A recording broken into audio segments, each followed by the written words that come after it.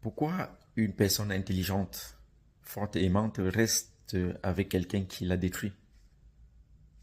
Pourquoi reste-t-on dans une relation alors que tout le monde voit que ça va mal? Et si le problème n'était pas l'amour, mais plutôt notre cerveau? Chaque année, des millions de personnes restent dans des relations où elles souffrent.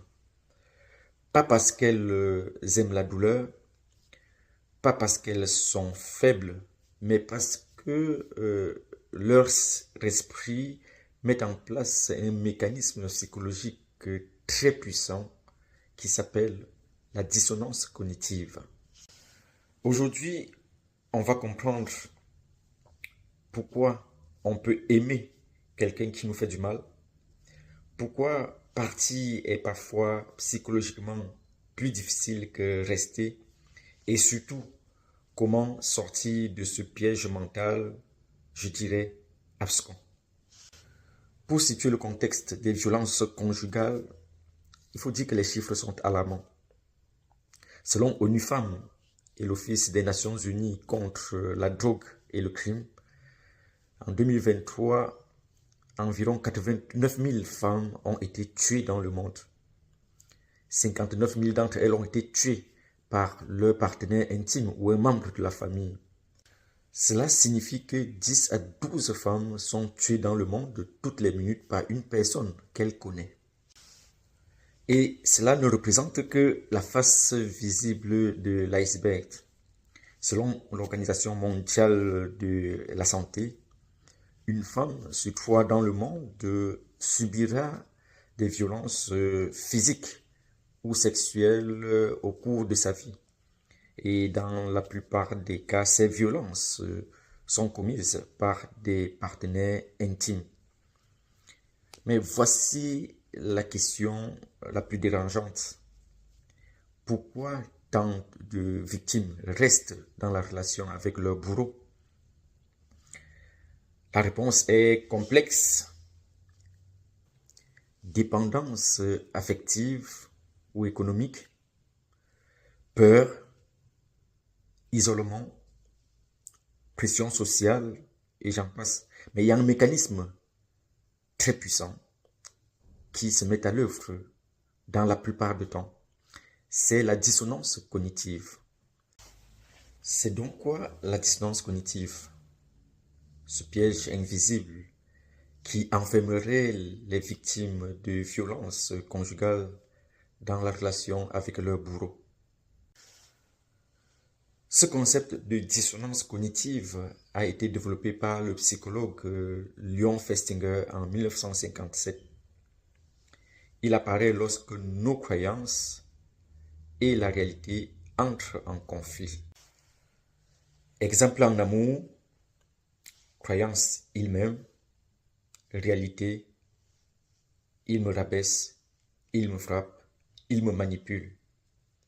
Ce conflit est insupportable pour le cerveau. Alors qu'est-ce qu'il fait? Il modifie la réalité plutôt que les croyances. Et cela donne, il est stressé, il m'aime, il ne voulait pas me frapper, c'est de ma faute, il va changer. Or, les recherches en psychologie montrent 3 choses.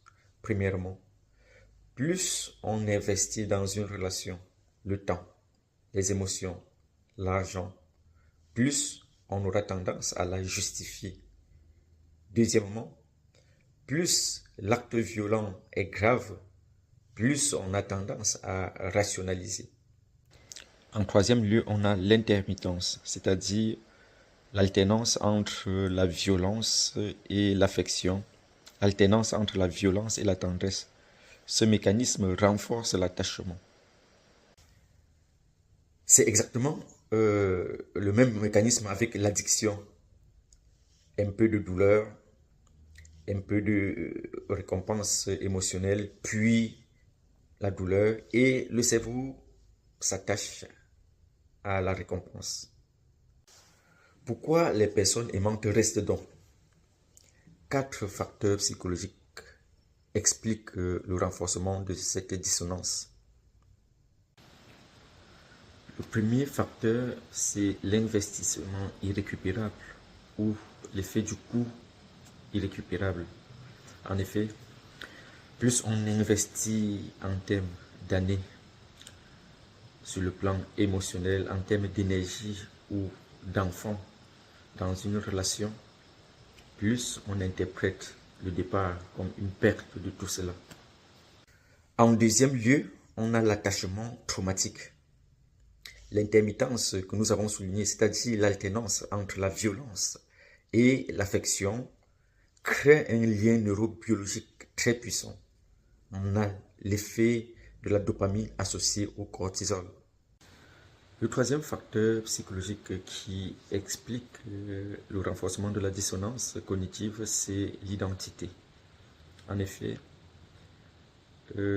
admettre qu'on est dans une relation abusive, admettre qu'on est dans une relation toxique, constitue une menace pour l'estime de soi, pour l'image de soi. Alors, le cerveau va protéger l'identité et minimiser la réalité. Enfin, on a l'espoir. Le souvenir d'un début merveilleux, d'un début idyllique, devient la preuve que l'autre peut changer. Or, en psychologie, le comportement passé n'est pas la garantie d'un comportement à venir. Par contre, un comportement répété l'est. Comment donc sortir de la dissonance en amour? Je vous donne ici quelques conseils pratiques. Il s'agit des stratégies appuyées par la recherche scientifique et dont l'efficacité a été prouvée. Conseil numéro 1. Toujours écrire les faits bruts. En effet, la recherche en psychologie montre que l'écriture expressive aide à réduire la distorsion cognitive. Il s'agit de noter les faits sans interprétation. Par exemple, il m'a humilié devant les enfants et non, il était fatigué. Le cerveau ne peut pas nier ce qui est objectivement écrit. Conseil numéro 2, parler à une personne extérieure neutre. La recherche ou les études en psychologie montrent que le regard extérieur réduit la rationalisation. En effet, l'isolement amplifie la dissonance, alors que la connexion entraîne une clarification cognitive. Conseil pratique numéro 3. Imaginez que cela arrive à votre sœur ou à votre meilleur ami. Il s'agit d'une technique issue des thérapies cognitives. En effet, dites-vous, si quelqu'un que j'aime subissait cela, qu'est-ce que je lui conseillerais? Alors, ce mécanisme, cette stratégie permet de contourner les mécanismes de justification personnelle. Conseil pratique numéro 4, consulter un professionnel formé. En effet, les thérapies cognitivo-comportementales TCC ont montré leur efficacité pour identifier les distorsions cognitives, renforcer l'estime de soi et déconstruire les schémas d'attachement dysfonctionnels. Enfin, en cinquième lieu, il faut préparer un plan de sécurité. En effet, si vous vous sentez en danger, identifiez un lieu sûr, préparez des copies de documents et informez discrètement une personne de confiance. La recherche montre également que planifier augmente justement la probabilité d'action et réduit la paralysie décisionnelle. Il est toutefois important de noter que rester dans une relation n'est pas être faible. Cela signifie tout simplement que vous êtes un être humain face à un mécanisme psychologique très puissant, la dissonance cognitive. Cette dissonance cognitive qui nous protège qui protège notre équilibre mental peut parfois, comme dans ce cas justement, nous maintenir en danger. Si cette vidéo vous a aidé à comprendre un mécanisme que vous vivez ou qu'une personne que vous aimez vit, alors partagez-la. Parce que comprendre ces mécanismes peut littéralement sauver des vies. Abonnez-vous à ma page et surtout activez la cloche de notification pour ne rien rater. Ici, nous transformons les meilleures recherches en psychologie en outils concrets pour la vraie vie. Parce que comprendre, c'est commencer à se libérer. Parce que comprendre, c'est commencer à agir. Et rappelez-vous d'une chose, l'amour ne devrait jamais nécessiter de vous détruire pour survivre ou de vous sacrifier pour rendre heureux. À très bientôt.